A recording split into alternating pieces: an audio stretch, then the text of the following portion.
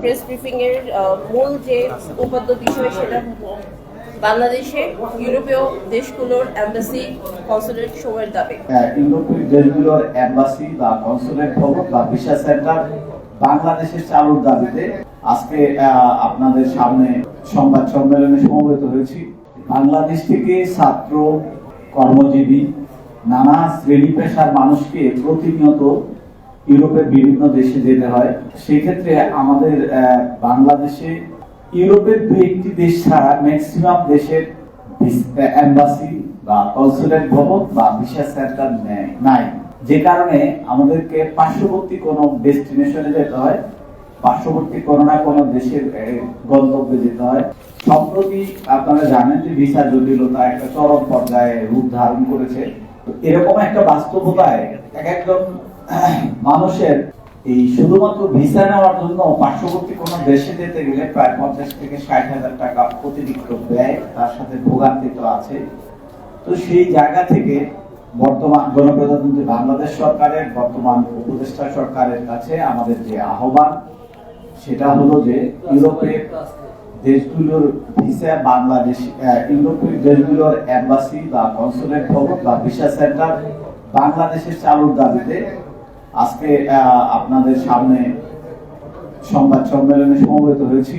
আজকে আমাদের press briefing এর মূল যে উপাদ্য বিষয় সেটা বাংলাদেশে ইউরোপীয় দেশগুলোর এম্বাসি কনসুলেট সময়ের দাবি। বাংলাদেশ থেকে ইউরোপের বিভিন্ন দেশে অভিবাসন, শিক্ষা ও কর্মসংস্থানের লক্ষ্যে যাত্রা করার নাগরিকদের সংখ্যা ক্রমবর্ধমান।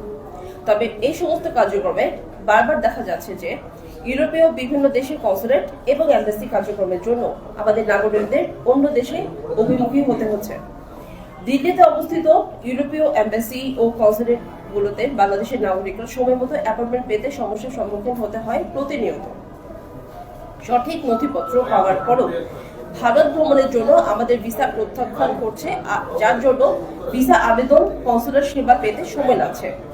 একইভাবে নেপালে অবস্থিত বিভিন্ন দূতাবাসে ভিসার আবেদনের জন্য বিভিন্ন সময় কারণ ব্যতীত অফসর করা হয়, ফলে অনেকেই ভিসা আবেদনে ব্যর্থ হচ্ছে। আবার উল্লেখিত স্থানগুলোতে যাওয়ার জন্য অতিরিক্ত সময়, ভ্রমণ ব্যয়, হোটেল খরচ ও আনুষঙ্গিক বিভিন্ন সমস্যার কারণে আমাদের ভিসা আবেদনকারীরা একটি বিশাল আর্থিক ক্ষতির পাশাপাশি মানসিক চাপ অনুভব করেন। আমরা মনে করি ইউরোপীয় সকল কনসুলেট ও এম্বাসি কার্যক্রম যেন বাংলাদেশেই সম্পন্ন করা যায় তা নিশ্চিত করা জরুরি।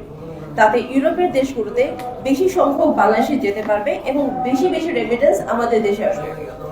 আমাদের উদ্দেশ্য কোনো রাজনৈতিক প্ল্যাটফর্ম থেকে আসা নয়, বরং আমরা দৃঢ়ভাবে বিশ্বাস করি যে কূটনৈতিক সম্পর্ক বজায় রেখে আমরা ইউরোপের সকল দেশে আমাদের অবস্থানকে আরও শক্তিশালী করতে পারি। আমাদের বাংলাদেশে যদি ইউরোপীয় কনসুলেট এবং এম্বাসি কার্যক্রম চালু করা হয়, তবে আমাদের নাগরিকদের ইউরোপের প্রবেশের প্রক্রিয়া আরো সহজ হবে এবং অর্থ সাশ্রয় হবে। আমাদের লক্ষ্য হচ্ছে গণপ্রজাতন্ত্রী বাংলাদেশ সরকার মাননীয় উপদেষ্টা সহ মাননীয় উপদেষ্টা, পররাষ্ট্র উপদেষ্টার দৃষ্টিগোচর করা এবং এটা বোঝানো যে মাননীয় প্রধান উপদেষ্টা ও প্রধান উপদেষ্টা যদি পররাষ্ট্র উপদেষ্টা যদি এই বিষয়টির গুরুত্ব বিবেচনায় নিয়ে ইউরোপের দেশগুলোর সাথে কথা বলেন, বাংলাদেশ তাদের মিশন চালু করার ব্যবস্থা করেন। আমরা বিশ্বাস করি 24-এর গণঅভ্যুত্থানের মধ্য দিয়ে দায়িত্ব নেওয়া, শান্তিতে নোবেল বিজয়ী আন্তরিক ইচ্ছা পোষণ করলে বাংলাদেশি ইউরোপের সকল দেশের মিশন চালু করবেন। কারণ মাননীয় প্রধান উপদেষ্টা ওই পরিমাণ গ্রহণযোগ্যতা ইউরোপের সরকার প্রধানদের কাছে রয়েছে। সুতরাং আমাদের আকতি দ্রুত তিনি যেন গুরুত্ব সহকারে বিষয়টি আমলে নেন। আমাদের প্রস্তাবনাগুলো কি? আমরা বিশ্বাস করি যে বাংলাদেশে ইউরোপীয় কনসুলেট এবং এম্বাসি কার্যক্রম চালুর মাধ্যমে নিম্নলিখিত সুবিধাগুলো অর্জন করা সম্ভব। 1. সময় ও খরচ সাশ্রয়। বাংলাদেশে যদি সকল কার্যক্রম চালু থাকে তবে দিল্লি যাওয়ার প্রয়োজন হবে না।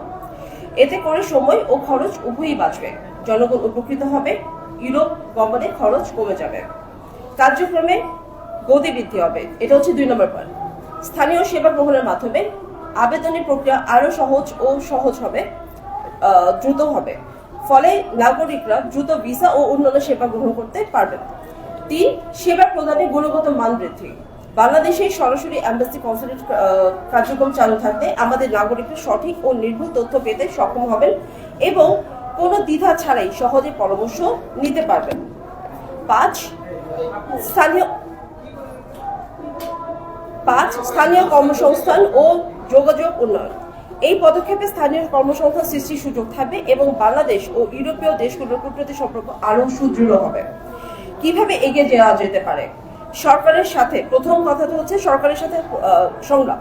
আমরা কূটনৈতিক চ্যানেলের মাধ্যমে সরকারকে এই সমস্যার গুরুত্ব বোঝাতে চাই যে তারা যথাযথ পদক্ষেপ গ্রহণ করবেন। ইউরোপীয় রাষ্ট্রগুলির সাথে 2 নম্বর পয়েন্ট, এটা ইউরোপীয় রাষ্ট্রগুলির সাথে আলোচনা। ইউরোপীয় রাষ্ট্রগুলির প্রতিনিধির সাথে যোগাযোগ করে তাদের সাথে মিটিং আয়োজন করা এবং কনসুলেট কার্যক্রম বাংলাদেশে চালু করার গুরুত্ব বোঝানো। 3. জনগণের সহায়তা ও সচেতনতা বৃদ্ধি। সামাজিক ও গণমাধ্যমের প্রচারণার মাধ্যমে জনগণের মাধ্যমে সচেতনতা বৃদ্ধি করা এবং তাদের সহায়তা নিয়ে সরকারের কাছে এই বার্তা পৌঁছানো। বাংলাদেশে ইউরোপীয় বিভিন্ন দেশের মিশন কার্যক্রম চালু করা মানে আমাদের নাগরিকদের জন্য আরো সহজতর ও কার্যকর সেবা প্রদান করা। আমরা দিল্লির সাথে কোনো বিরোধে যেতে চাই না বা আসতে চাই না, বরং আমাদের মূল উদ্দেশ্য হলো বাংলাদেশের জনগণের কল্যাণে সরকারকে বিষয়টির গুরুত্ব অনুধাবনের মাধ্যমে সচেষ্ট করে তোলা। আমাদের বিশ্বাস কূটনৈতিক সম্পর্ক বজায় রেখে এই সমস্যাগুলো সমাধান করা সম্ভব এবং এই প্রক্রিয়া আমরা ইউরোপীয় দেশগুলোর সাথে আমাদের সম্পর্ককে আরো শক্তিশালী করতে পারবো।